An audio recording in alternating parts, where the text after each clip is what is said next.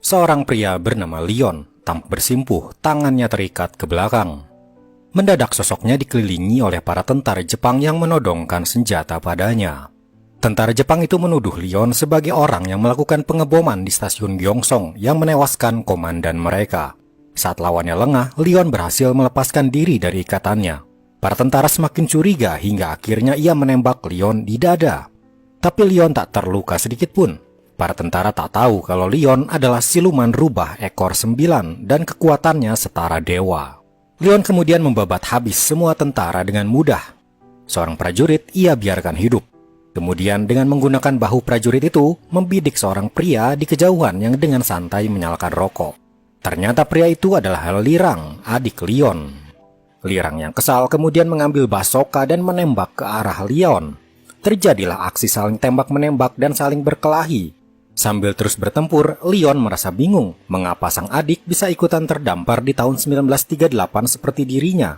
Bukankah seharusnya Lirang telah meninggal di tahun 2020? Leon teringat bagaimana ia selalu berkelahi dengan adiknya itu selama ratusan tahun. Dan di tahun 2020, Leon dan Lirang sebenarnya sudah mati. Namun Leon bereinkarnasi lagi, sementara Lirang tidak.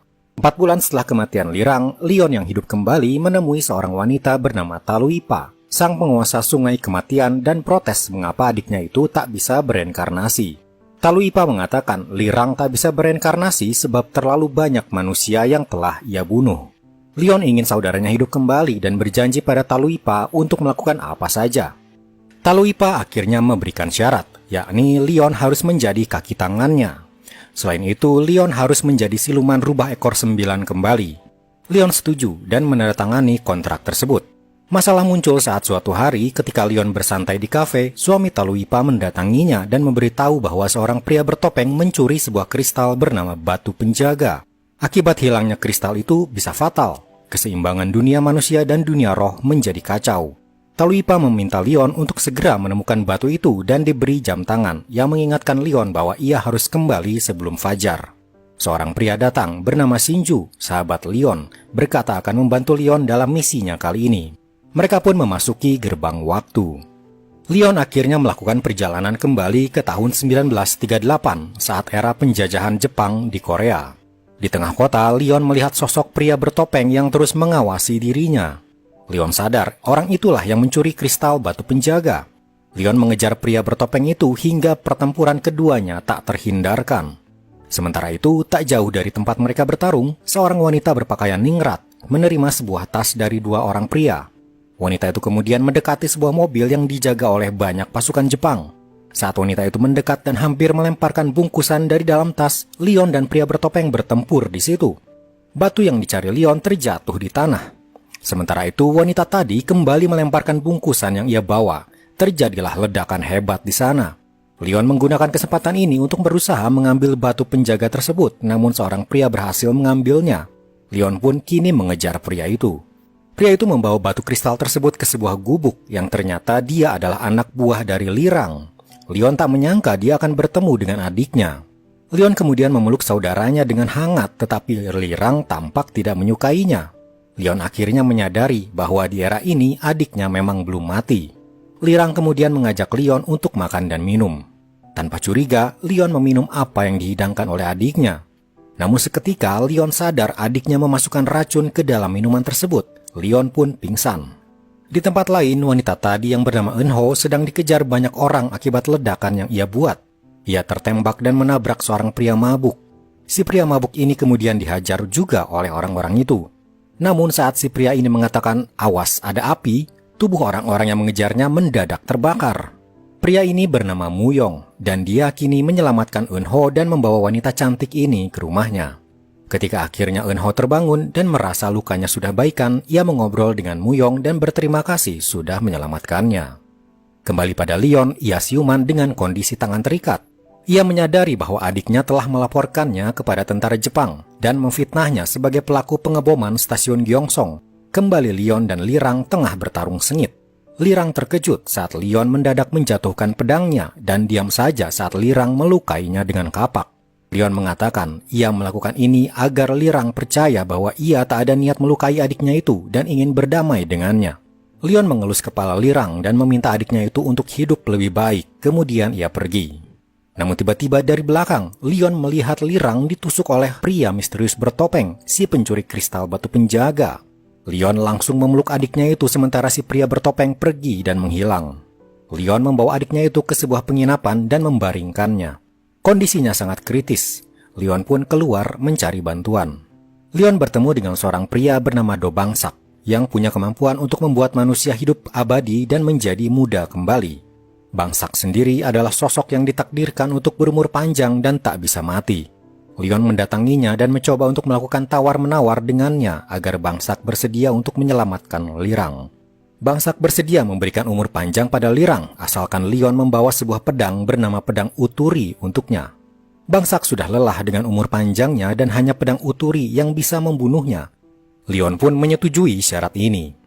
Kembali pada Lirang, ia bangun, namun kemudian ia menyadari bahwa hanya jiwanya saja yang sadar tetapi tubuhnya terbaring tak berdaya. Lirang telah menjadi hantu. Lirang ingin berkomunikasi dengan Leon, namun apa daya sang kakak tak bisa melihat dirinya. Leon hanya bersin saat ia ditembus sukma Lirang. Leon berkata pada Lirang yang sedang terbaring, mengatakan ia tak akan menyerah untuk menyelamatkan adiknya itu. Lirang yang melihat kejadian itu merasa sedikit terharu. Leon tidak punya waktu lama, ia segera mencari pedang Uturi agar adiknya bisa hidup kembali. Dalam perjalanannya, Leon menyadari bahwa orang yang memegang pedang Uturi di zaman ini adalah dirinya sendiri, versi yang lebih muda dan berambut panjang. Kita sebut saja Leon berambut panjang ini Leon 1938. Leon sampai di kediaman dirinya yang dulu dan diam-diam mencoba merebut pedang itu dari dirinya yang lebih muda. Ia hampir ketahuan, namun untungnya ia dikira cermin karena Leon 1938 sedang mabuk opium. Leon langsung kabur setelah berhasil mendapatkan pedangnya. Tapi ternyata Leon 1938 tahu kalau pedangnya dicuri dan menghadang Leon. Terjadilah pertarungan mereka berdua. Awalnya mereka seimbang, tapi Leon terlihat semakin terdesak dan terkunci. Ia pun mengeluarkan ponselnya dan memperlihatkan foto pacarnya di era itu yang baru saja meninggal. Leon berkata, pacarmu masih hidup dan kini ada di Manchuria. Leon 1938 percaya akan hal itu dan segera pergi menuju ke sana. Kembali ke penginapan, Lirang menyadari bahwa Bangsak adalah iblis yang jahat. Ia tak hanya mengambil kekuatan hidup dari orang-orang, tetapi juga menghisap jiwa mereka untuk membuatnya tetap awet muda. Tiba-tiba Bangsak bisa mendengar suara Lirang, namun tak bisa melihat kehadirannya. Bangsak kemudian meminta anak buahnya untuk membawa tubuh Lirang kepadanya. Namun di kamarnya, ternyata Lirang tidak ada di sana. Rupanya sejumlah giseng di sana telah membawa pergi tubuh Lirang ke kamar lain. Ternyata sebelum pergi, Leon berpesan pada salah satu giseng untuk membawa tubuh Lirang pergi jika ia belum juga kembali hingga tengah malam. Sayangnya Bangsak berhasil menemukan tubuh Lirang. Leon akhirnya bertemu dengan Bangsak. Namun Leon sadar bahwa ia telah ditipu sejak awal. Tujuan Bangsak meminta pedang Uturi bukanlah untuk membunuh dirinya, tapi untuk menghancurkan pedang itu agar ia bisa hidup kekal. Tiba-tiba seorang anak yang tadinya jiwanya dihisap oleh Bangsak muncul dan mengatakan bahwa Bangsak adalah iblis penyung. Ternyata arwah Lirang masuk ke dalam tubuh anak itu agar bisa berbicara pada Leon. Setelah tahu hal itu, Leon pun mengucapkan mantra pengusir iblis penyu. Wujud asli Bangsak pun terlihat. Kemudian akhirnya ia bisa Leon kalahkan. Semua umur yang pernah dihisap oleh Bangsak terpencar keluar. Lirang pun akhirnya bisa dihidupkan kembali.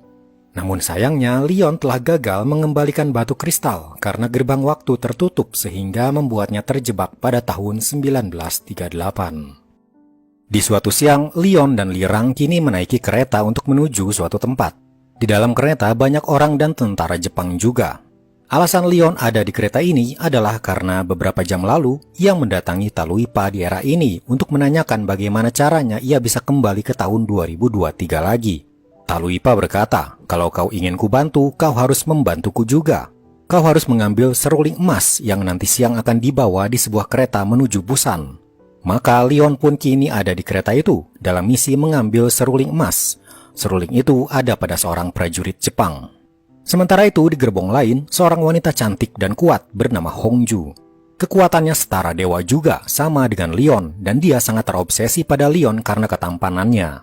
Dia tahu kalau Leon ada di kereta ini, maka ia pun sudah bersiap-siap untuk bertemu dengannya. Ketika kereta memasuki terowongan, semua orang di kereta tiba-tiba panik karena ternyata barang-barang mereka hilang. Ternyata Lirang dan para anak buahnya merampas semua harta mereka untuk membantu Leon mendapatkan seruling emas itu. Sayangnya, seruling itu malah diambil oleh Hongju. Prajurit Jepang yang bertugas membawa seruling itu pun langsung mendatangi Hongju dan meminta seruling itu kembali. Terjadilah perkelahian mereka berdua hingga akhirnya prajurit itu bisa Hongju kalahkan. Lalu datanglah Leon dan Lirang. Mereka tahu kalau seruling itu ada pada Hongju. Hongju pun segera memberikannya tanpa perlawanan karena dia sangat menyukai Leon. Tapi Leon tampak tidak nyaman dan memang selalu menolak cintanya Hongju. Hongju pun langsung ngambek, membuat Leon takut juga karena Hongju terkenal sangat kuat. Hongju terlihat semakin kesal karena cintanya selalu Leon tolak. Hingga akhirnya dia mengamuk dan terjadilah pertarungan dengan Leon. Mereka bertarung hingga di atas kereta. Ada satu momen di mana Hongju tersandung dan Leon menyelamatkannya agar tak jatuh. Hongju langsung tersipu malu, tapi Leon malah melepaskannya lagi, membuat Hongju kembali kesal. Amukan Hongju makin menjadi. Ia pun menghentikan kereta hanya dengan kekuatan fisiknya saja. Kesempatan ini dipakai Leon untuk kabur menjauh dari kereta. Ia pun menaiki kuda bersama Lirang. Hongju melihatnya dari kejauhan dan berkata kalau kita pasti akan bertemu lagi. Leon pun menemui Taluipa lagi dan menyerahkan seruling emas itu kepadanya. Seruling itu memang harus diamankan dari para tentara Jepang karena konon mereka akan menggunakannya untuk menghancurkan Korea. Sementara itu, di markas tentara Jepang, seorang komandan bernama Ryuhei terlihat menahan amarahnya ketika ia mendengar seruling emas itu dicuri. Bawahannya bernama Akira gagal melindungi seruling itu. Ryuhei pun makin lama tak bisa menahan amarahnya dan menghabisi para bawahannya. Akira pun tak luput dari siksaannya. Namun untungnya ia masih diberi kesempatan untuk merebut seruling itu kembali. Kembali pada Leon dan Lirang, mereka kini ada di sebuah butik untuk mengubah penampilan Lirang yang sebelumnya seperti berandalan. Ia pun dibelikan jas dan setelan mahal oleh Leon. Di sana Lirang bertemu dengan seorang pelayan wanita yang membantunya memasangkan dasi untuknya. Hal itu membuat Lirang sedikit tersipu dan canggung. Tampaknya Lirang menyukai gadis itu yang bernama Yonghee. Setelah itu mereka pun datang ke sebuah penginapan untuk beristirahat. Namun tak disangka yang muncul adalah Hongju. Ternyata dialah pemilik penginapan itu. Leon ingin kabur saja dan tak jadi menginap. Tapi Hongju sudah siap-siap dengan amukannya, membuat Leon hanya bisa menurut dan terpaksa akan menginap di sana saja. Esok paginya Leon bertemu dengan Hongju di luar dan berkata kalau dia perlu bantuannya. Leon ingin menemukan pria bertopeng untuk membalas dendam. Namun ada satu syarat yang Hongju minta, yaitu Leon harus menjadi salah satu juri di kontes kecantikan Putri Joseon menggantikan dirinya. Leon terpaksa menyetujui syaratnya itu demi agar pria bertopeng itu bisa ia temukan. Di sana ia bertemu lagi dengan Eunho, gadis yang waktu itu melempar bom. Ternyata dia sangat benci pada para penjajah Jepang dan dia selalu memberontak demi kemerdekaan Korea. Kontes kecantikan Putri Joseon pun dimulai. Leon tampak bosan dan hanya menggambar tak jelas di kertas. Hingga akhirnya seorang pemenang diumumkan, lalu sesi foto bersama pun dimulai. Namun ketika sesi foto, si pemenang tiba-tiba melompat dan menyerang orang-orang di sana. Ia seperti berubah menjadi zombie. Leon pun segera melawan zombie itu. Zombie itu melompat keluar dan menyerang orang-orang. Lalu seorang pria bernama Muyong yang waktu itu menyelamatkan Eunho terlihat di sana dan langsung menyelamatkan zombie ke dalam sebuah peti. Kembali ke dalam gedung, Leon dan Eunho mengobrol. Ternyata zombie tadi disebut dengan Yacha. Rumornya banyak wanita cantik berubah menjadi Yacha. Para wanita itu punya kesamaan, yaitu semuanya pernah merawat diri di salon bernama Salon Choi. Maka Leon dan Lirang pun datang ke sana, berharap pelaku yang membuat para wanita menjadi Yacha bisa terungkap. Mereka pun berpura-pura melamar menjadi pelayan di sana. Tentu saja, di zaman ini jarang ada dua lelaki tampan bekerja di salon wanita, jadi para pengunjung di sana senangnya bukan main. Ketika mereka bekerja di salon, mereka mencurigai beberapa orang, yaitu pemilik salon dan seorang pelayan yang pendiam. Tapi mereka belum punya bukti yang cukup. Tapi yang aneh di salon itu adalah semua cermin di sana pecah. Leon pun berkata akan segera mengganti semua cermin tersebut. Esok harinya, Lirang kedatangan anak buahnya yang membelikan cermin. Kembali ke dalam, Lirang kaget ternyata para pengunjung sudah menjadi Yacha semua. Leon berkata, ternyata sampo yang digunakan di sini sudah diisi kutukan iblis Yacha, sehingga siapapun yang memakainya akan menjadi Yacha. Lalu muncullah si pelayan pendiam. Ternyata dia adalah iblis yang memasukkan kutukan Yacha ke dalam sampo itu. Lirang segera mengangkat cermin yang ia bawa. Itu membuat si iblis terbakar, karena ternyata iblis ini lemah akan cermin, makanya selama ini cermin di salon sengaja ia pecahkan. Ia berkata, "Aku juga disuruh oleh iblis di atasku untuk menjadikan para manusia menjadi yaca." Dia adalah si iblis bertopeng. Setelah mengatakan itu, tiba-tiba ia terbakar lalu hangus tak bersisa. Leon kini makin penasaran siapa sebenarnya pria bertopeng ini. Sementara itu di sebuah hutan gelap, Muyong yang tadi membawa Yaca di petinya berkata, "Aku akan menjadikanmu Yaca yang sempurna." Lalu kemudian tiba-tiba seseorang muncul. Ternyata Muyong adalah pria bertopeng yang selama ini Leon cari. Kembali pada Leon, di jalan ternyata ia bertemu dengan temannya bernama Shinju yang ikut masuk ke dalam gerbang waktu di awal film tadi. Malam itu penginapan Hongju tampak ramai. Para tentara Jepang tengah asyik minum. Seorang tentara Jepang terlihat menggoda seorang giseng hingga merendahkannya. Hongju sebagai pemilik penginapan tak tega melihat gisengnya direndahkan. Ia pun berkata pada si tentara, "Bagaimana kalau kau dan aku berlomba minum? Kalau kau mabuk duluan, kau harus pergi dari sini. Dan jika sebaliknya, maka kau boleh melakukan apapun padaku." Maka dimulailah perlombaan itu. Hongju terlihat minum dengan tenang, bahkan dia belum juga mabuk, sementara si tentara sudah mabuk dan tidak kuat lagi. Akhirnya si tentara kalah, dan karena malu ia pun pergi, tapi ia sempat-sempatnya menampar seorang giseng. Hongju tak tinggal diam. Di jalan, si tentara disergap bayangan hitam yang ternyata Hongju, yang dengan senar alat musiknya ia menjerat leher si tentara hingga tewas. Beralih pada Leon, dia dan Shinju sedang mengobrol tentang misi mereka selama di tahun 1938 ini. Mereka harus menunggu 1 bulan agar gerbang waktu terbuka lagi dan mereka bisa kembali ke tahun 2023. Namun diam-diam ternyata obrolan mereka dikuping oleh Lirang. Lirang pun pergi ke sebuah klub. Dia melihat seorang gadis bergaun merah mulai menyanyi dengan merdu. Lirang mengenali gadis ini adalah Yohi, pelayan yang ia temui di butik waktu itu. Namun tiba-tiba Yohi berubah menjadi putri duyung, karena sebenarnya ia adalah putri duyung yang bisa berubah menjadi manusia. Seorang pria mabuk terlihat naik ke atas panggung hendak menyentuh ekor Yohi. Lirang berusaha mencegahnya. Keributan pun tak dapat dihindarkan. Lirang dengan mudah mengalahkan para pembuat onar tersebut. Yohi mengucapkan terima kasih karena telah membelanya. Ia pun memberikan sebuah sisik putri duyung pada Lirang sebagai tanda terima kasihnya itu. Beralih di sebuah hutan, Muyong terlihat menuju sebuah gua. Namun ia dihalangi oleh seorang penjaga. Karena si penjaga tahu kalau Muyong sepertinya akan memaksa masuk, ia pun membangkitkan para prajurit gaib untuk melawan Muyong. Muyong pun melawan semua prajurit itu, lalu mengalahkan mereka dengan membakarnya dengan kekuatan apinya. Muyong melanjutkan masuk ke dalam gua dan keluar lagi sambil menggendong seorang anak. Anak itu pun dibuka penutup matanya. Kemudian ia berjalan menuju penginapan tempat Leon berada. Di kamarnya, Leon tiba-tiba terbangun kaget melihat seorang anak. Namun anak itu hilang lagi dalam sekejap. Ia pun bingung sambil ketakutan, apa sebenarnya barusan itu? Esok paginya, Leon menikmati hari mengobrol dengan adiknya. Leon bercerita dulu sewaktu kecil, Leon punya 2 sahabat, yaitu Hongju dan Muyong.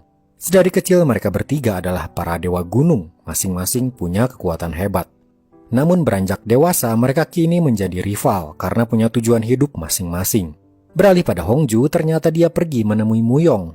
Leon belum tahu kalau pria bertopeng sebenarnya adalah Muyong. Cuma Hongju yang tahu akan hal ini dan mereka merahasiakannya dari Leon.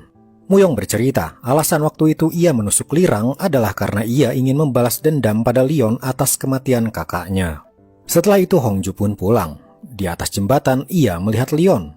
Namun tiba-tiba Leon merasa aneh, matanya tiba-tiba tak bisa melihat. Lalu dari belakang muncul Muyong menghunuskan pedangnya. Hongju langsung melindungi Leon yang buta.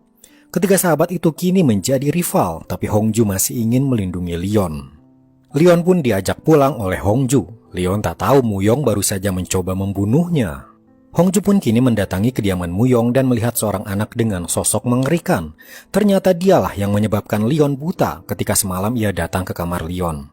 Anak kecil itu bernama Saitani, iblis yang diciptakan oleh sebuah ritual biadab karena melibatkan seorang anak yang dikurung di sebuah kotak dan dibiarkan hingga mati. Hongju tak habis pikir kenapa Muyong sampai bertindak sejauh ini untuk menyakiti Leon. Di penginapan, Shinju menutup mata Leon agar tak mengalami iritasi. Leon curiga sebab seperti ada yang sengaja mengirimkan kutukan saat dia terjebak di tahun 1938 ini. Shinju kemudian meninggalkan Leon dan Lirang karena harus pergi mencari obat. Lirang terlihat sedih saat melihat Leon kesulitan makan bubur sendiri, mengingat dulu kakaknya itu sering menyuapinya saat ia masih kecil. Ia kemudian memutuskan untuk menyuapi Leon. Beralih di kediaman Eunho, ayah Eunho yang seorang pejabat berencana membantu kekaisaran Jepang. Hanya Eunho yang cemberut di ruangan itu karena ia tak suka dengan penjajahan Jepang ini. Tapi diam-diam, Ryuhei punya rencana untuk menikahi Eunho agar kekuasaan Jepang semakin kuat dan luas di Korea. Kembali pada Leon, malam itu ia tiba-tiba diserang oleh sekelompok bandit. Rupanya mereka semua adalah iblis yang pernah dikalahkan Leon dan kini mereka di sini untuk membalas dendam. Namun, Leon bisa melawan mereka semua menggunakan insting siluman rubahnya dan mengalahkan mereka. Sementara itu, Shinju dan Lirang sedang berada di gerbang kota. Ternyata mereka akan melakukan ritual pengusiran setan pada Leon agar dapat melihat kembali. Lirang bertugas untuk berjalan dari gerbang menuju penginapan dengan syarat jangan menoleh ke belakang. Namun ketika akan sampai di penginapan, ia tiba-tiba ambruk. Ternyata ada sebuah panah kecil tertancap di lehernya membuatnya tak sadarkan diri. Sementara Shinju yang ada di gerbang kota juga mengalami hal sama. Ternyata yang memanah mereka adalah Muyong. Beralih pada Leon, ia keluar dari penginapan dan mendapat surat di sebuah anak panah. Tak sengaja ia bertemu anak kecil, tapi ia tak tahu kalau itu adalah Saetani. Anak itu membacakan suratnya yang berisi kalau Lirang dan Shinju sedang diculik dan Leon harus datang ke sebuah tempat bernama Gunung Buhan. Anak itu pun akan menjadi pemandu Leon dengan cara digendong oleh Leon. Leon bersama Saetani hampir sampai di tempat yang dimaksud. Tiba-tiba Muyong melepaskan panah pada Leon. Leon berhasil menghindar, namun akhirnya kakinya terpanah juga dan dia terduduk di sebuah pohon. Sementara itu, ternyata Lirang dan Shinju dimasukkan ke dalam sumur. Kondisinya semakin buruk karena air terus-menerus naik. Lirang mencoba membantu menopang Shinju lebih tinggi di dalam sumur, mengorbankan udaranya sendiri. Lalu tiba-tiba sisik pemberian Yohi di sakunya mulai bersinar.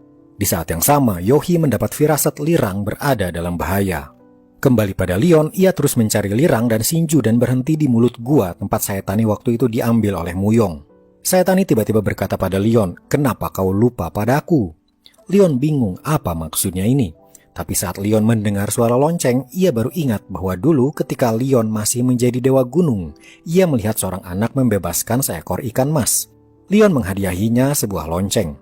Leon juga berjanji akan mengabulkan satu permintaan anak itu.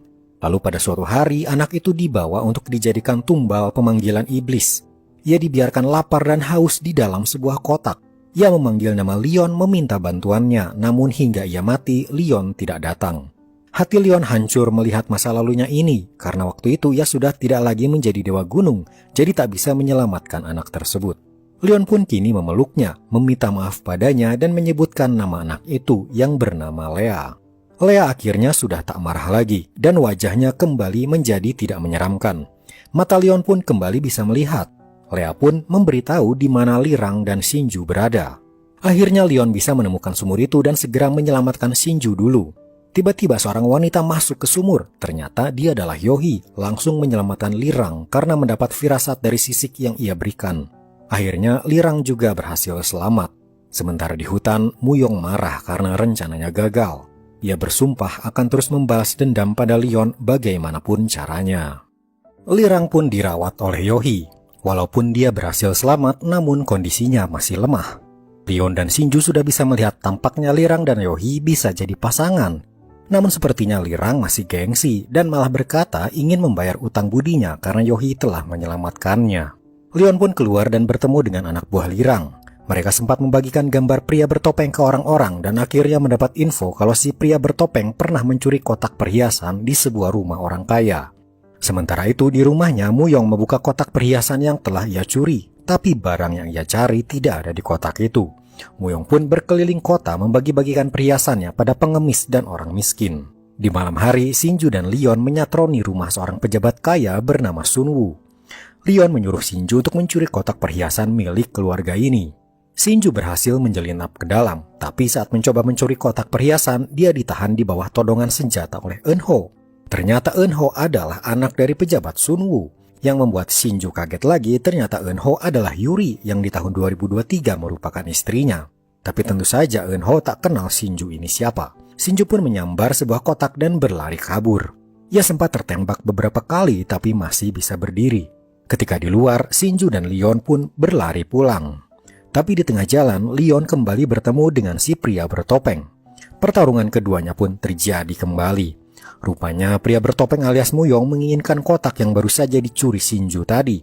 Lalu tiba-tiba Lirang dan para anak buahnya muncul mengepung Muyong. Muyong pun mencoba kabur. Ketika mereka mengejar, di hadapan mereka berdiri banyak orang dengan topeng untuk mengecoh. Ternyata Muyong telah membayar para warga untuk membantunya kabur dengan perhiasan yang kemarin siang ia berikan. Muyong pun berhasil kabur dengan membawa kotak yang dicuri Shinju tadi. Tapi ketika dibuka hanya ada batu saja. Ia sadar dirinya telah ditipu. Kembali pada Leon dan yang lainnya yang telah kembali ke penginapan, mereka memeriksa beberapa kotak lain yang berhasil diambil Shinju. Shinju pun mengambil sebuah kotak lagi yang ternyata isinya adalah sebuah penggaris emas. Penggaris ini adalah sebuah benda pusaka. Konon penggaris ini bisa membangkitkan orang mati. Leon pun kini sadar sepertinya si pria bertopeng mengincar penggaris emas ini untuk membangkitkan seseorang. Beberapa hari kemudian, Leon dan Shinju sedang dalam perjalanan menuju penginapan. Sampai di depan pintu mereka melihat ada keranjang berisi bayi tanpa orang tua. Ada tanda rasi bintang biduk di dahinya. Shinju terlihat senang dan menggendongnya, sedangkan Leon penasaran siapa yang menaruh bayi itu di depan penginapan. Lirang pun datang dan jelas terlihat dia tak suka ada bayi manusia di dekatnya. Leon pun sama, hanya Shinju saja yang senang dengan bayi itu. Shinju pun berkata akan pergi membeli popok dan makanan untuk bayinya dan menyerahkan bayi itu pada mereka berdua. Leon punya ide untuk menyimpannya lagi di depan rumah orang lain saja. Lalu mereka pun melakukannya. Namun sekembalinya ke penginapan, bayi itu sudah ada di depan pintu. Mereka pun menyimpannya lagi di rumah yang lain, bahkan sampai berkendara mencari rumah yang jaraknya jauh. Tapi lagi-lagi bayi itu kembali ke depan penginapan mereka. Mereka pun menyerah dan akhirnya terpaksa merawat bayi itu walau dengan kebodohan mereka yang tak tahu apa-apa tentang merawat bayi. Bahkan suatu hari, Lirang membawa bayi itu ke kota, lalu menyadari bahwa bayi itu bisa memprediksi sesuatu. Tak ayal, Lirang kemudian menggunakannya untuk berjudi. Alhasil Lirang menang banyak saat itu. Yang awalnya tak suka, kini Lirang jadi menyukai bayi tersebut. Beralih pada Muyong, terlihat ia mendatangi sebuah makam yang ternyata makam kakaknya. Ia teringat lagi masa lalunya saat digendong menaiki tangga oleh kakaknya. Muyong benar-benar sedih, ia merasa hampa tanpa kakaknya itu, membuat dendamnya pada Leon semakin membara. Beralih pada Eunho dan ayahnya yang sedang mengadakan pembukaan tambang emas. Ternyata ayah Eunho memihak Jepang agar ia juga bisa mendapatkan kekayaan dari tambang emas tersebut. Namun tiba-tiba dari dalam tambang muncul seorang pria. Ia pun dicurigai dan ditangkap. Setelah diinterogasi ternyata ada yang mengenal pria itu. Dia adalah dewa keberuntungan dan kerjaannya hanya makan wortel saja sepanjang hari.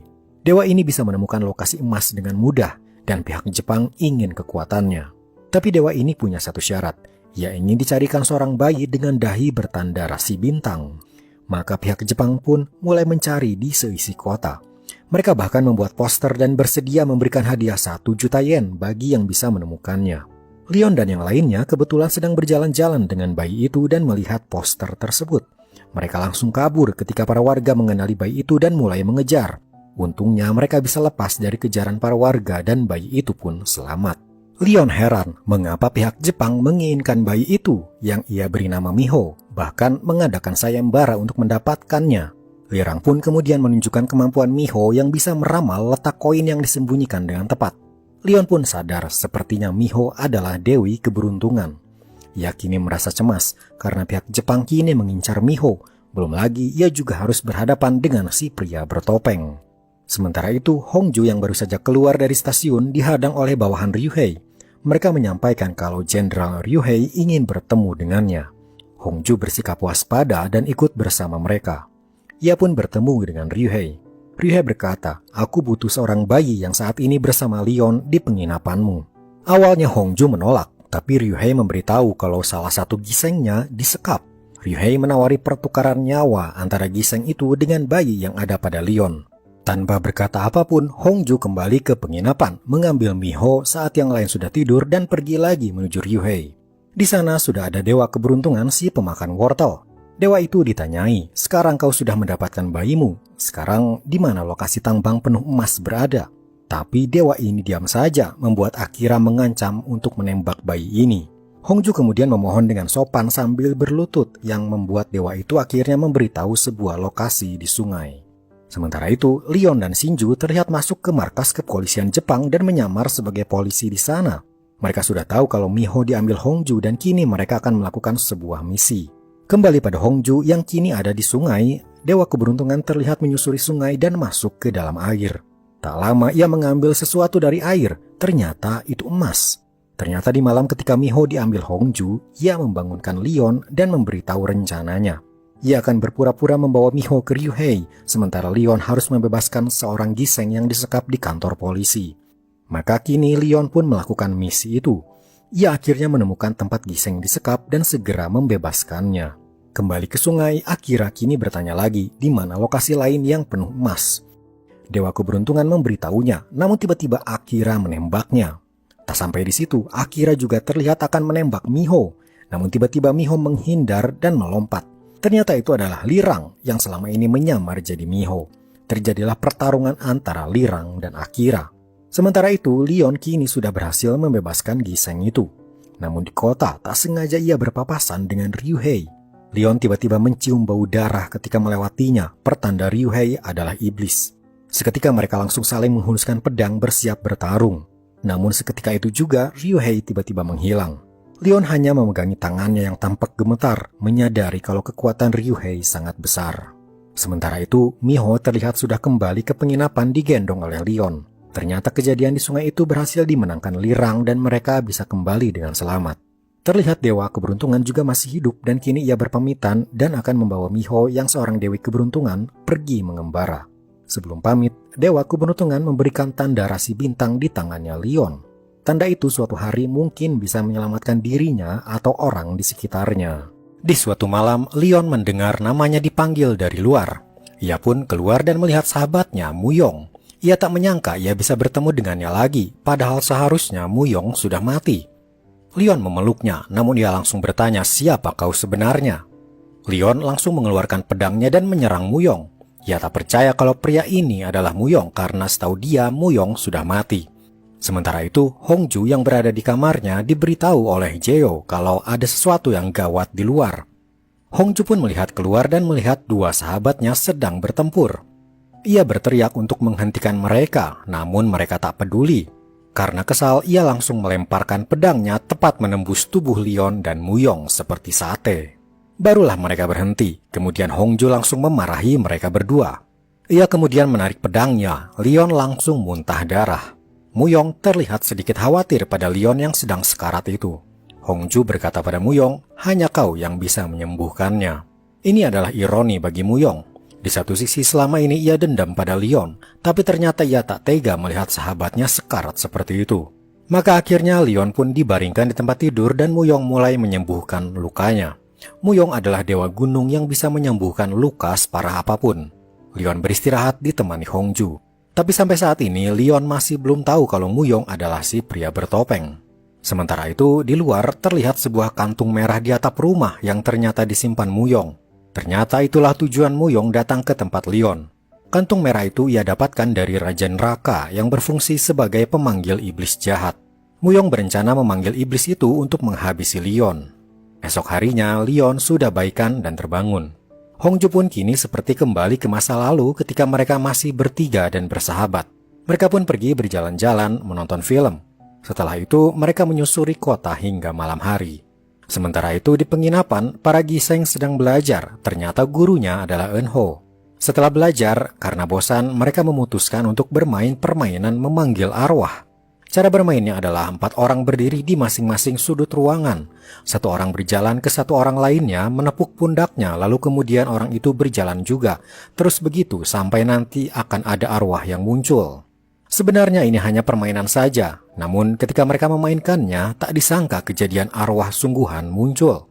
Eunho tiba-tiba menghilang ketika bermain permainan tersebut.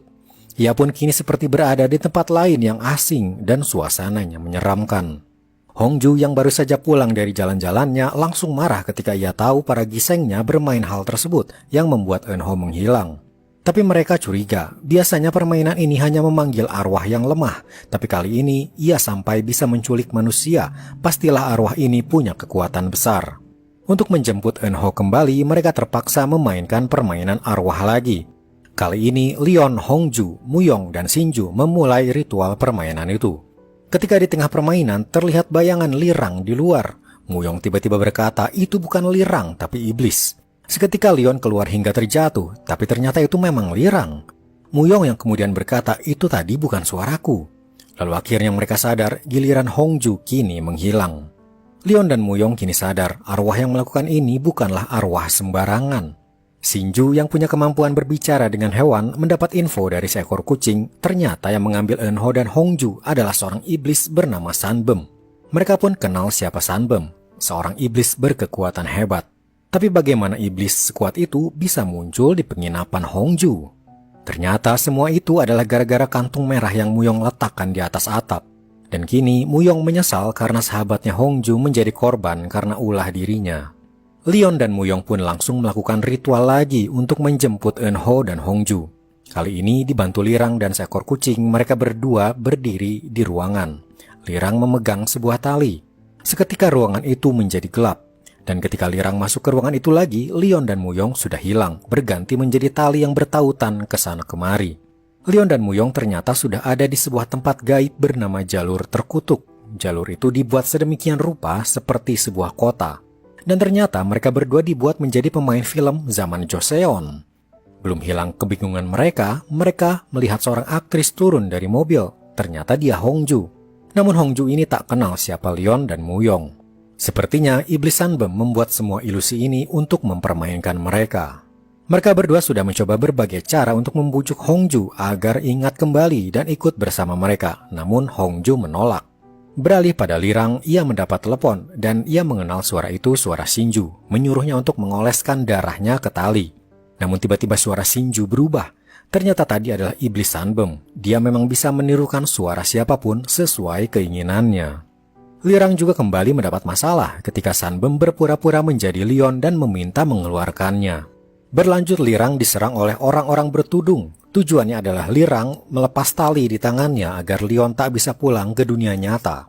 Tapi Lirang tak menyerah dan mempertaruhkan tangannya berdarah demi agar kakaknya selamat. Lalu kembali pada Leon, lagi-lagi dia dipermainkan Sanbem. Kali ini ia dan Muyong seperti berada di sebuah acara talk show. Tapi sosok pembawa acaranya adalah kakak Muyong yang sudah mati. Muyong langsung marah karena Sanbem seperti mempermainkan dirinya dan kakaknya. Apalagi ketika acara dimulai, mereka ditanyai tentang kenapa Leon membunuh kakak Muyong. Leon menjelaskan saat itu kakak Muyong mencoba membunuh Muyong. Leon pun tak punya pilihan selain membunuhnya. Akibat acara itu, Leon dan Muyong sempat berdebat panas. Mereka berdua tiba-tiba berpindah tempat lagi, kali ini berada di luar. Mereka diberi waktu 1 jam untuk mencari Sanbem atau Hongju dan Eunho tak akan selamat. Sementara itu, di sebuah istana, terlihat Hongju memakai pakaian pengantin zaman dulu. Dia sudah dihipnotis oleh Sanbem agar menuruti kemauannya. Hingga akhirnya Leon dan Muyong berhasil sampai di istana itu juga. Hongju muncul menghalau mereka, sementara Sanbem melihat mereka dari kejauhan. Hongju yang dalam pengaruh hipnotis dengan wajah tanpa ekspresi mulai menyerang kedua sahabatnya itu. Mereka berdua tak tega menyakiti Hongju dan mencoba berbicara dengannya, mengingat kenangan indah masa lalu ketika mereka saling melindungi dan saling menyayangi. Sebuah serangan dari Muyong bisa membunuh Hongju, tapi pedangnya ia hentikan tepat di depan wajahnya. Hongju tiba-tiba menusuk balik Muyong, terlihat Muyong pasrah saja, merasa serba salah. Leon mencoba menghentikannya, menggenggam pedang Hongju hingga tangannya berdarah. Hongju belum menyerah, ia kemudian mencekik mereka berdua. Leon berbalik dan menahan Hongju, masih terus mengingatkan dia tentang bagaimana mereka saling melindungi. Hongju teringat ketika mereka kecil, mereka diserang monster. Hongju ketakutan, tapi Leon dan Muyong melindunginya, bahkan Muyong rela berdarah demi Hongju. Lalu tiba-tiba ia melempar pedangnya, ternyata sasarannya Sanbem. Hongju telah sadar kembali. Kemudian mereka berdua juga menusukkan pedang mereka pada Sanbem, membuatnya kaku tak bergerak. Hongju pun segera mengajak Eunho untuk keluar dari dunia ilusi. Akhirnya mereka keluar kembali ke dunia nyata. Namun mereka baru sadar, Muyong dan Leon belum kembali. Ternyata Muyong kembali pada Sanbem dan menusukkan tongkat khusus yang bisa menghancurkan iblis. Sanbem pun hangus menjadi serpihan debu. Sebuah batu bersinar muncul dari abu Sanbem. Leon melihat itu semua. Ternyata batu itulah yang menjadi tujuan Muyong. batu iblis yang jika dihisap akan bisa menyembuhkan kutukan yang selama ini Muyong derita.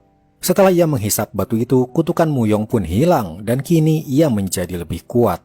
Leon tersadar, ternyata memang selama ini pria bertopeng itu adalah Muyong. Keduanya kembali bertempur. Namun tiba-tiba muncul Lirang. Ia masuk ke dunia ilusi itu untuk menolong Leon. Namun Muyong tak meneruskan pertarungannya dan memilih pergi. Leon pun kini dipapah oleh Lirang kembali menuju dunia nyata. Kembali ke dunia nyata, di stasiun muncul 4 orang Jepang. Mereka adalah Shinigami yang ternyata diundang oleh Ryuhei untuk membantunya. Misi mereka adalah menghabisi Leon dan teman-temannya. Setelah itu, Ryuhei menemui pejabat Sunwoo berbicara tentang Eunho. Ryuhei terang-terangan berkata ia akan menikahi Eunho. Sunwoo keberatan karena pernikahan ini pastilah untuk memperluas wilayah penjajahan Ryuhei, bukan atas dasar cinta. Tapi Ryuhei tiba-tiba menyuruh seseorang masuk, tangannya diikat. Ternyata dia adalah salah satu pemberontak yang menginginkan kemerdekaan. Secara tak langsung, Ryuhei memberi pesan, jika Eunho tak ingin menjadi seperti orang ini, maka Sunwoo harus merelakan anaknya menikah dengan Ryuhei. Beralih pada Muyong, dia ada di hutan dan sedang melakukan sebuah ritual. Sebuah cermin ada bersamanya. Darah ia teteskan ke tanah. Lalu cermin itu ia ambil, terlihatlah sesosok pria. Dia adalah kakak Muyong yang selama ini ia ingin bangkitkan dari kematian. Kakaknya yang ada di dalam cermin berkata, untuk membangkitkanku kau perlu batu pusaka dan penggaris emas. Muyong tahu kedua benda itu ada pada Leon dan kini ia akan merebutnya. Mereka semua bersiap menghadapi Chibo. Shinigami yang satu ini adalah seorang iblis dengan racun yang mematikan. Mereka bertiga awalnya meremehkan musuh yang ada di hadapannya.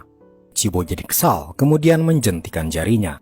Tiba-tiba Muyong dan Hongju muntah darah. Rupanya mereka baru saja menghirup racun yang sudah bersatu dengan udara. Chibo memberi mereka waktu 1 jam. Jika tidak, mereka akan mati kehabisan darah karena racun ini. Chibo akan menyerahkan penawar racunnya jika Leon bersedia memberikan benda pusakanya. Leon akhirnya memutuskan untuk menyerahkan benda pusaka itu. Namun Hongju langsung menendang perut Chibo. Terjadilah pertempuran. Hingga akhirnya mereka bertiga berhasil melumpuhkan Chibo. Ia pun disiksa oleh Hongju dengan benda-benda tajam yang ia bawa, memaksanya untuk memberikan penawarnya.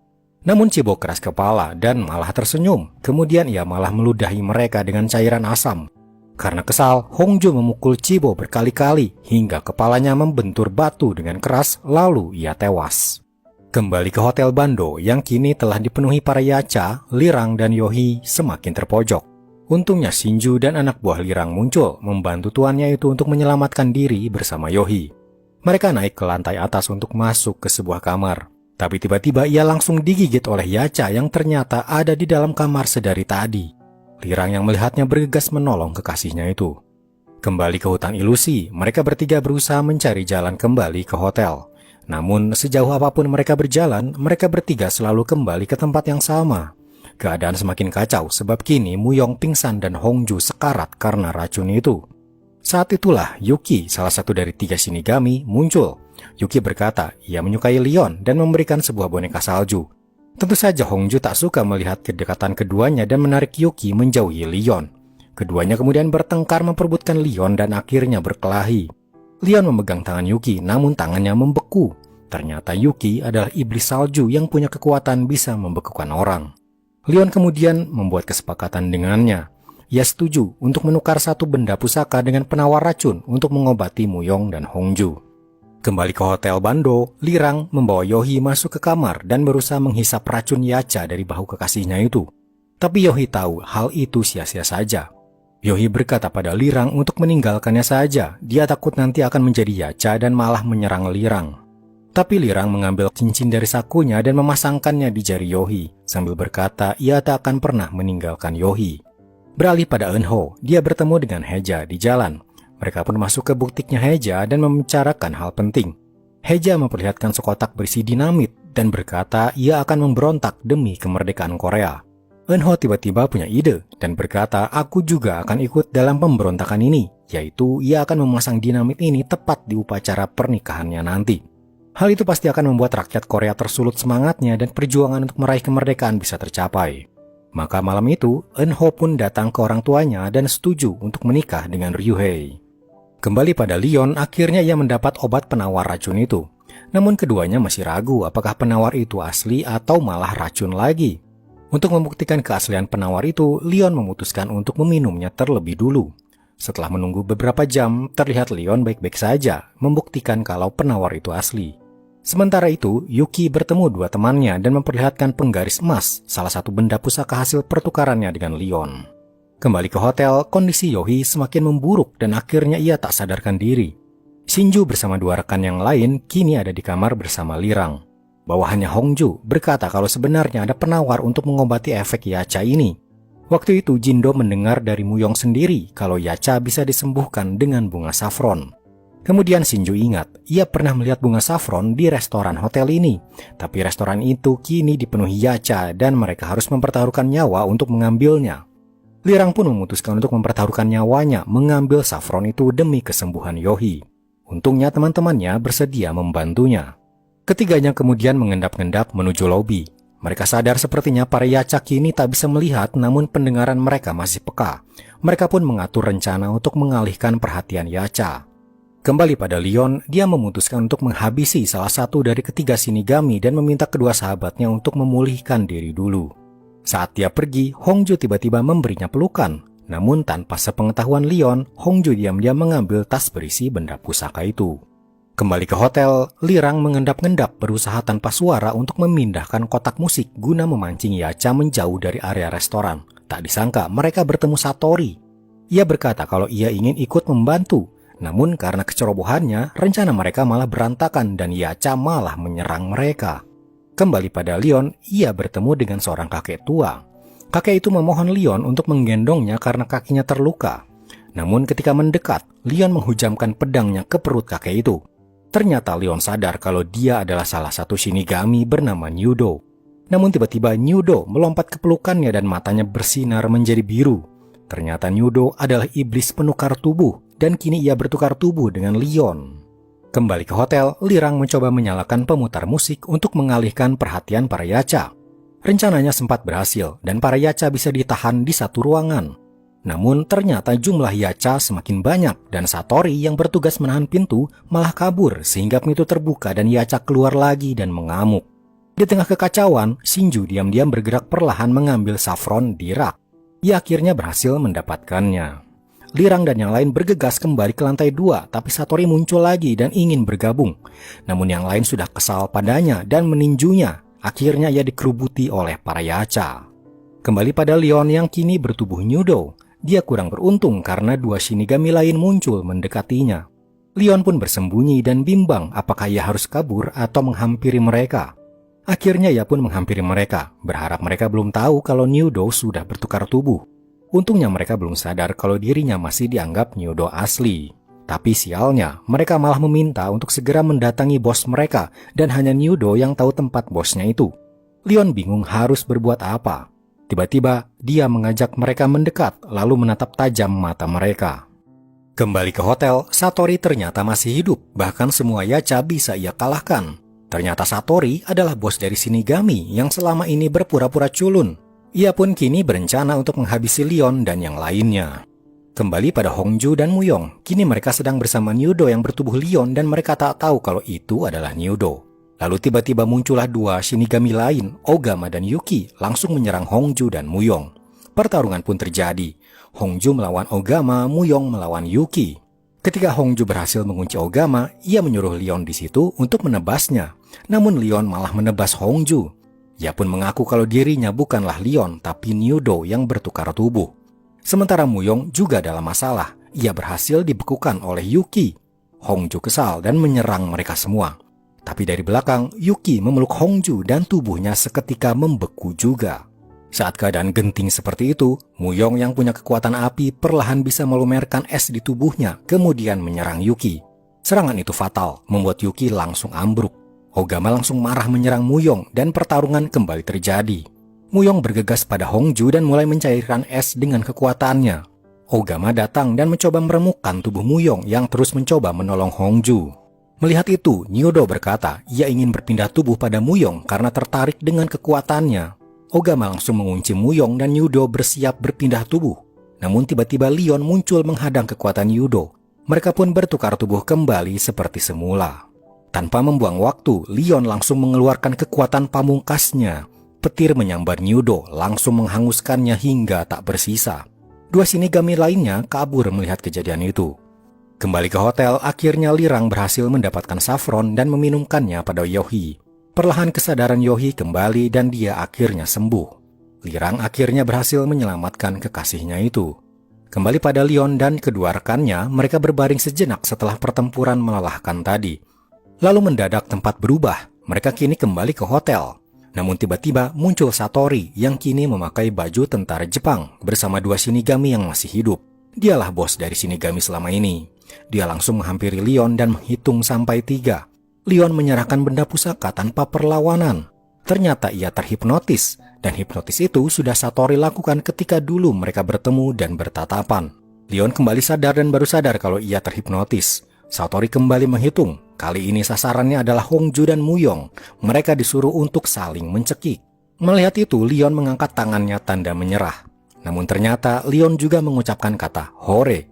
Seketika dua Shinigami menangkapnya, membuat Satori bingung.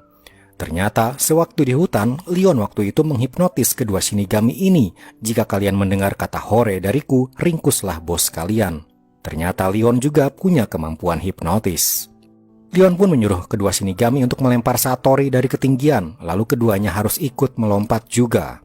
Leon merasa semuanya sudah berakhir, namun tiba-tiba Muyong merebut benda pusaka itu.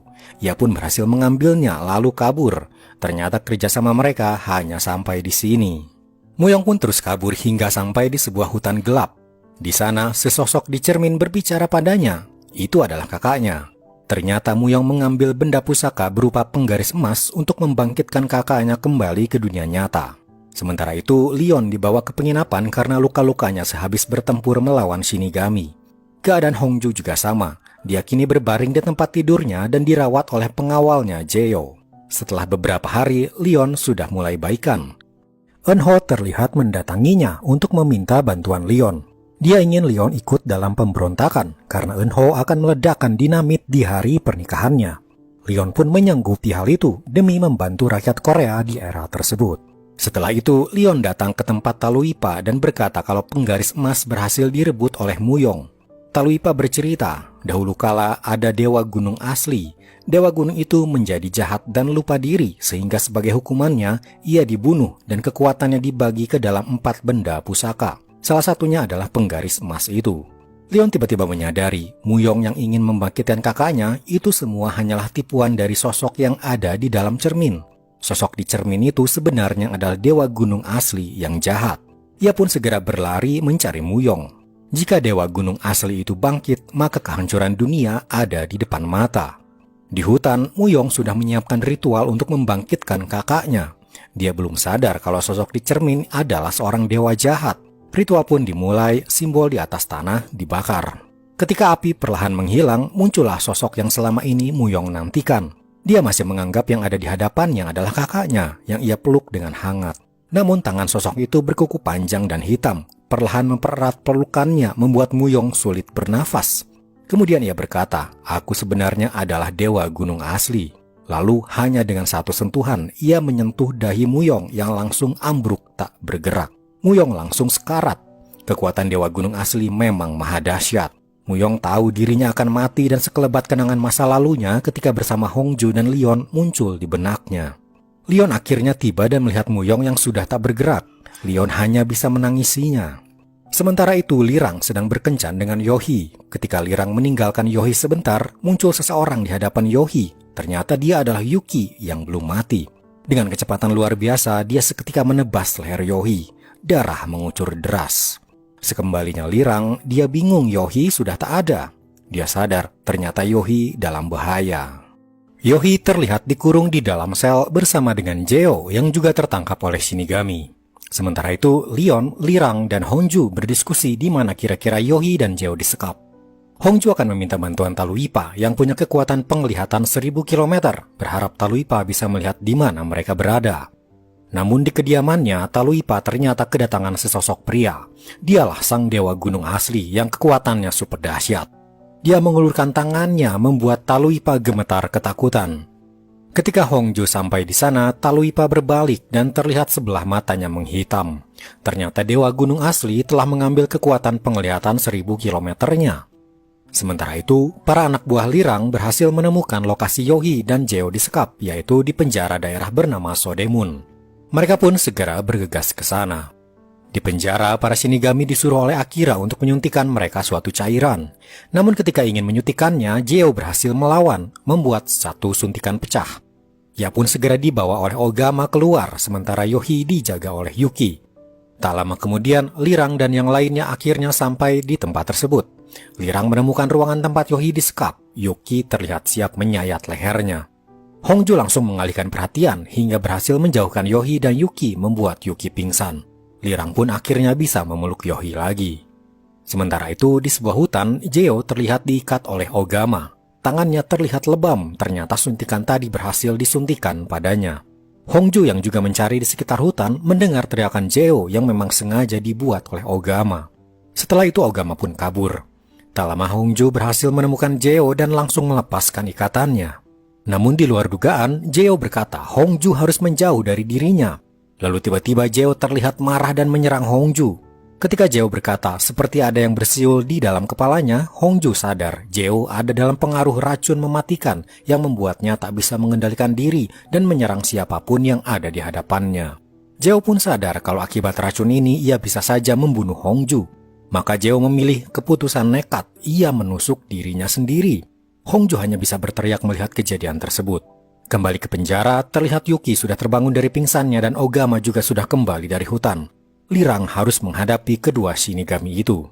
Kemampuannya masih di bawah Lion, kakaknya, membuat dirinya tak berdaya dihajar oleh Ogama. Anak buah Lirang berhasil Yuki kalahkan, namun diam-diam Yohi mengambil sebilah pisau. Yohi tiba-tiba mengeluarkan pisau dan menusuk Yuki. Namun sayangnya tusukannya tidak fatal dan kini Yuki jadi kesal dan mencekik Yohi tepat di lukanya. Lirang bersiap dihajar lagi oleh Ogama, namun mendadak ia menahan tinju Ogama. Kemudian matanya berubah menjadi siluman rubah ekor 9. Ternyata tekadnya untuk menyelamatkan Yohi membuat kekuatan barunya muncul. Sebuah pukulan dengan tangannya membuat Ogama terseret jauh, membuatnya ambruk. Dengan kekuatan barunya, Lirang kini mengendalikan kapak yang ada di lantai dan melesatkannya pada Yuki. Sebuah tebasan tangan menebas leher Yuki, seolah tangannya terbuat dari pedang. Yuki pun berhasil dikalahkan. Kembali pada Hongju, tiba-tiba di sana muncul Lion 1938. Lion menawari Hongju sebuah tabung kaca yang ternyata berisi penawar racun untuk mengobati Jeo. Beralih pada pesta pernikahan Eunho yang ternyata diadakan hari ini, para undangan dan para pejabat dari Jepang terlihat menghadiri acara tersebut. Eunho dan Ryuhei terlihat berdampingan menuju altar. Di depan altar, sumpah pernikahan pun bersiap diucapkan. Namun tiba-tiba Eunho memotong ritual suci itu, membuat semua heran. Eunho berkata pada semua yang ada di sana, kalau tempat ini akan menjadi kuburan kalian. Eunho pun tiba-tiba berubah menjadi Lion dan langsung menembak Ryuhei. Sementara Eunho asli ada di ruangan lain. Akira langsung datang dan menghentikan Eunho. Terjadi aksi tembak-menembak antara Eunho dan para tentara Jepang. Kembali pada Lion, dia sekarang sedang berduel melawan Ryuhei yang memang seorang iblis. Mereka pun saling menyerang dengan kekuatan mereka. Sementara Eunho terlihat sangat brutal. Ia menembak semua tentara Jepang, bahkan seorang gubernur yang memihak Jepang ia tembak juga. Ayahnya yang melihat hal ini marah bukan main pada anaknya itu. Ayahnya yang memihak Jepang tak suka dengan sikap pemberontak Eunho. Tapi Eunho berkata, aku berhak memilih jalanku sendiri. Ayahnya mengambil pistol dan menembak Eunho. Tembakan lagi dilesatkan, tapi seketika muncul Shinju melindungi Eunho. Mereka pun segera pergi. Tak lama muncul para tentara Jepang melihat gubernur mereka sudah mati dan mengira ia ditembak oleh ayahnya Eunho. Dia langsung ditembak di tempat. Kembali pada Lion, ia melihat sebuah guci yang di dalamnya ada dinamit. Namun dinamit itu hilang. Ternyata Ryuhei sudah tahu sebelumnya akan ada pemberontakan. Ia pun melempar dinamit itu ke kakinya Lion dan menembaknya. Ledakan besar terjadi. Lion terluka, namun ia masih bisa berdiri. Ryuhei mengeluarkan kekuatannya mencekik Lion dari jarak jauh. Lion menahan rasa sakitnya. Dia kemudian mengumpulkan kekuatannya dan matanya berubah. Kekuatan rubah ekor 9 pun muncul. Petir tiba-tiba muncul di langit. Lion terlihat melayang dan wujudnya berubah. Dua kekuatan mereka pun beradu. Sebuah tebasan dari Leon lebih kuat dari Ryuhei membuatnya muntah darah dan ambruk. Tiba-tiba muncul para tentara Jepang mengepung Leon. Untungnya muncul juga Hongju. Dia yang tadi berhasil menyelamatkan Jeo, kini akan membantu Leon karena malam itu adalah malam Leon harus kembali ke tahun 2023. Mereka pun berpelukan dan pamit. Leon pun menyerahkan semuanya pada Hongju, kemudian ia pergi. Namun di luar, Leon dihadang para tentara. Dari belakang tiba-tiba muncul Muyong. Ternyata dia masih hidup. Ketika di hutan waktu itu, dari tangan Leon muncul bayi ajaib jelmaan Dewi Keberuntungan. Bayi ajaib itu pun membuat Muyong yang sekarat hidup kembali. Kini Muyong pun membalas budi dengan membantu Leon mengalahkan para tentara. Leon pun bisa pergi sementara Muyong mengalahkan semua tentara di sana. Leon sampai di kediaman Taluipa. Namun tak Leon sadari, sang dewa gunung asli mengawasinya dari kejauhan. Di sana ia bersiap untuk pergi ke tahun 2023 lagi dengan gerbang waktu. Lalu muncullah Lirang yang datang tepat waktu untuk berpamitan. Ia menceritakan bahwa tadi ia berhasil mengalahkan 2 Shinigami tanpa kakaknya itu. Hal itu membuat Leon bangga dan bisa dengan tenang meninggalkan adiknya di tahun 1938. Leon akhirnya masuk ke dalam gerbang waktu bersama Shinju dan berhasil kembali ke tahun 2023. Namun di tahun 1938, perjuangan untuk mencapai kemerdekaan belum berakhir. Hongju, Muyong bersama Leon 1938 kini bersama-sama melawan para penjajah Jepang demi membantu kemerdekaan Korea. Dan Leon di masa kini telah kembali ke hidupnya, bertemu dengan kekasihnya bernama Jia. Dan cerita pun selesai. Oke, itulah guys seluruh alur cerita dari drama Nine-Tailed 1938. Gimana ceritanya menurut kalian? Terima kasih sudah menyaksikan video ini sampai akhir ya. Kalau kalian suka, bolehlah like dan subscribe-nya supaya admin semangat membuat video berikutnya. Oke, terima kasih sudah menonton. Sampai jumpa di video berikutnya.